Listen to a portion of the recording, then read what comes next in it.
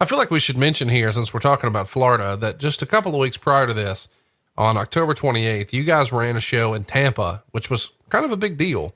It was Dusty Rhodes tagging with Dustin Rhodes. That's right. Dusty is back in the ring, and he's back because this is Terry Funk's last show with the promotion. So the main event is Dusty and Dustin on one side, Terry Funk and Arn Anderson on the other.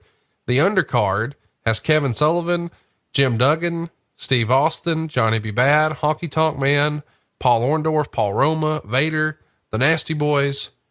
And this is Dusty and Funk returning to Tampa. You want to guess what you drew? Where did we run? Tampa. I know we ran Tampa, but what building do we run? Was it the Bayfront Center in St. Pete? I don't know. Okay. What do we draw? I don't know. 600 people. Oh my God. Are you serious? Yes. A card with Steve Austin, Terry Funk, Dusty Rhodes, Vader, all that and more. 600. Well, it seemed like a pretty well booked card. We must, I got it. It rained that day, right? Yeah, they opened the new gas station. The old new gas station rained that day. Promoter didn't do his job. Tickets didn't get sold on time. We didn't have a good TV clearance. Trying to think of all the other excuses that we used to come up with back then. Hey, I wanted to pick your brain about this because a couple of weeks prior to this, Jim Crockett actually runs his first TV taping. He's wanting to start back up now that his non-compete has expired. And he selected the Dallas Sportatorium. He ran his first show on October 29th. But then on November 5th, he starts his first TV taping. When you heard about this, were you excited about it? What was the expectation? What were people in the company saying about Crockett maybe starting up something? It was pretty much hush hush. We didn't hear that much about it. And I didn't think that, like I do today, that any startup company could really, go off and get off the ground and make a go of it. So there was really not much talk about it in the front office. There was a plan to be syndicated in 10 markets and run a few nights a week circuit throughout Texas and Louisiana. They had shots in Shreveport and such. They had talent like Junkyard Dog, Tully Blanchard, Skandar Akbar, Rod Price, Black Bart, Michael Hayes, and Chris Adams signed. Of course, it never really shook out. I'm curious, given your long-term relationship with the Crockett family, did they ever reach out and have any sort of contact with you about doing anything with them? No, they did not. And of course, let me say this, Conrad, there's always a plan. Everybody's got a plan. Say, well, we plan to do this and we plan to do that. And we plan to do 10 markets. We plan to have all these TV clearances, but it never happens. But no, they did not reach out to me at all. I guess maybe they didn't want my ass either, right? Well, while we're working here, we should mention, because we've covered this in long form in the archives, but right before this show, not too terribly long before it airs, Randy Savage walks out on the WWF and he's negotiating with WCW. At this point, is there some sort of hope that he's going to be able to help work with Hogan and get this thing to the next level? Or when you first hear that he's walked out and he's negotiating with WCW, is that something that the office is excited about, but maybe not the boys? Or how was it received by both sides? Well, I can't speak for the boys at all. And I know Hulk Hogan had a lot of heat. And I think that's very well documented. But I can just speak for the front office production wise.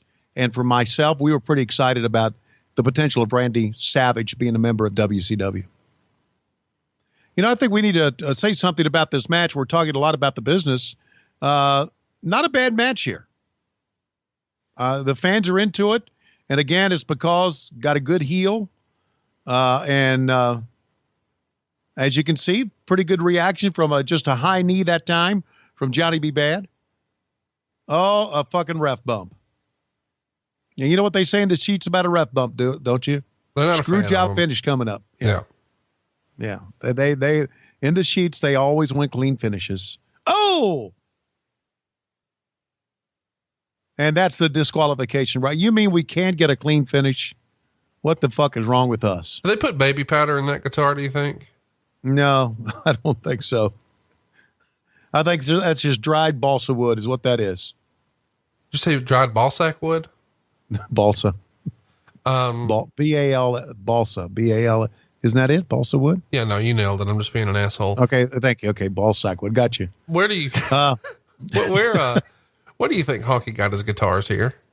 I don't know. The answer is Working Guitars R Us. Working Guitars R Us, Muscle Shoals, Alabama. How does that sound? So Johnny B. Bad comes away with the win. He gets hit in the head by the Honky Tonk Man. Let's take a look at the replay once again. Conrad Thompson. Oh, the referee bump.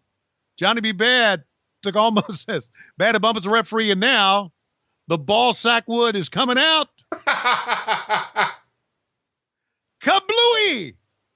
I'll do the thinning around here, Baba Louie. Oh. 6 minutes and 14 seconds. A quarter star from Mr. Whitehead in the Observer. All right. Quarter star. I think he should have given him a half a star here at least. I would have given him a half a star. We should mention this show drew a 3.6 rating. So 2.22 million homes were here. By comparison, a year prior, it was a 3.3 rating, but it was the first Flair Vader match. So a stronger main event, even without Hogan. All right, it's time once again to go backstage. Your backstage pass is now available. That's right. It's the hotline. Press option 2, and you can hear the Honky Tonk Man talk to Mike Tenay, and he's agreeing with the Honky Tonk Man. Chris Cruz, again, looking as clueless as he can look. And there you see him, and you can be a part of this for only $1.49 a minute. That's $1.49 a minute. For the first minute, that is 99 cents each additional minute. But that's not the exciting thing about this segment. The exciting thing about this segment is we're going to go, I understand, backstage to where we're going to hear from the faces of fear. This should be exciting. Conrad Thompson, I got to say one thing. I'm tired of you calling me Brutus the fucking Barber Beefcake. You understand me? Look behind me to my left. Does that look like what you're going to look like at age 55? Huh? Is that it? Once you lose your hair? Absolutely, Conrad Thompson. Let me tell you this. Before this is over, I'm going to cut your hair. I'm going to find you in Huntsville, Alabama, and cut your hair is what I'm going to do. But now, enough of my fucking talking, because I'm not making any fucking sense, and I never do. Let's hear from the man to my left, the biggest guy in the room. My God, at 500 pounds. Let's hear from, is he the shark here, or earthquake, or avalanche? Avalanche. Okay. And I don't know about you, but Conrad, but every time Avalanche talked, I never understood a word he said. Lots of screaming and spitting. A lot of screaming and spitting. So, God, you know something's fuck when Brutus the Barber Beefcake is taking this much time to do a promo. So what do you think, Avalanche? Oh, fuck it.